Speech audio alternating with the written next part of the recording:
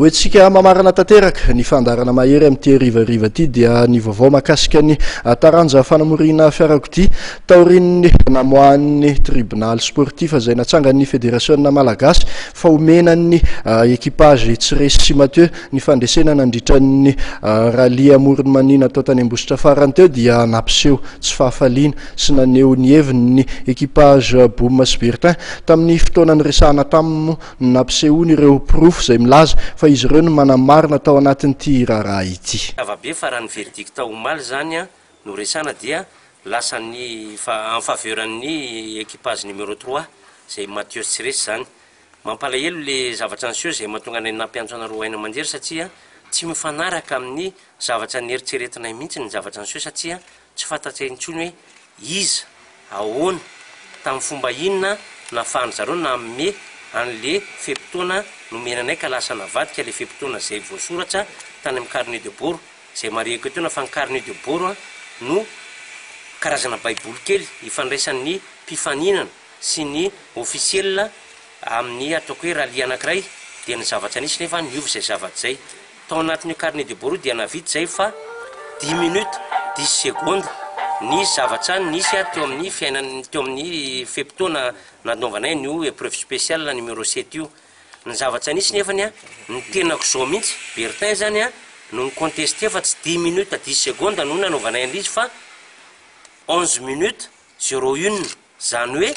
tsy nikeko zany le chrono officiel zany hoe tombontsoanary zany nefa navototsako nefa magaga lasa amin'ny faveuran'ny Mathieu izy nanao 1 minute 01 ny équipage numéro 1 Boum Sbertin zany fa ny équipage numéro 3 nanao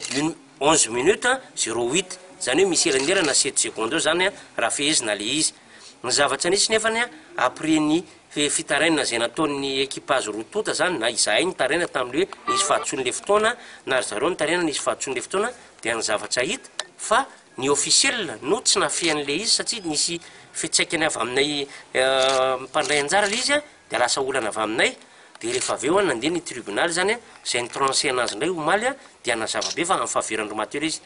aseho anay tamin'ny ainao manjery ny fepitona zay vitanay nisy ny caméra embarqué zany ao dia anjaran'ny vahoaka anjaran'ny mpakafiraly anjaranareo aina manjery no mandinika sy mijery marina hoe rariny sitrany ve zay raha miteny hoe 10 zany tokony temps vitanay mba tsy tenenina hoe 11 satria ino voatsoratra anaty carnet de bord zay mbola vao mariny ny officiel hafa mijery an'le carnet de bord etona dia manao antsoavo fa enatra ho an'ny fédération zao enatra ho an'ny officiel enatra ho an'ny commissaire sportif zay lazaina fa hoe tokony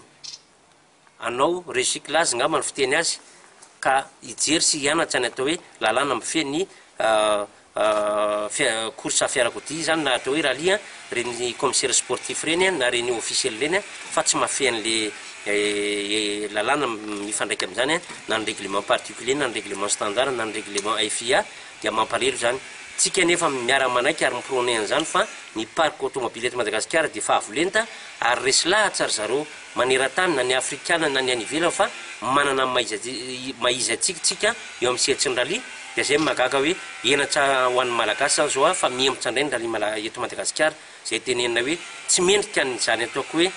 fahatsony zany ny équipage Bertin Boum zany raha ohatra ka ny contesté an'le hoe 11-01 ny vitanay fa tsy 10-10 izay indray zany lasa natao 11-10 tsy haiko hoe avay zany natonga an'le 11-10 tompoko eo zany mahatonga fanontaniana hoe izy zany nametraka an'izay fepitona zay zay ny fepitona tokony resana dia ny officiel rery any ny tokony manana ny chrono zay tokony hoe ino ny chrono officiel dia zay voasoratra tompoko dia voasoratra 10-10 ny voasoratra teo anatin'ny carnet de bord-nay dia marina etona fa zay ny azonay ambara fa dia anjarany tsirairay ny mitsakotsako zany tompoko.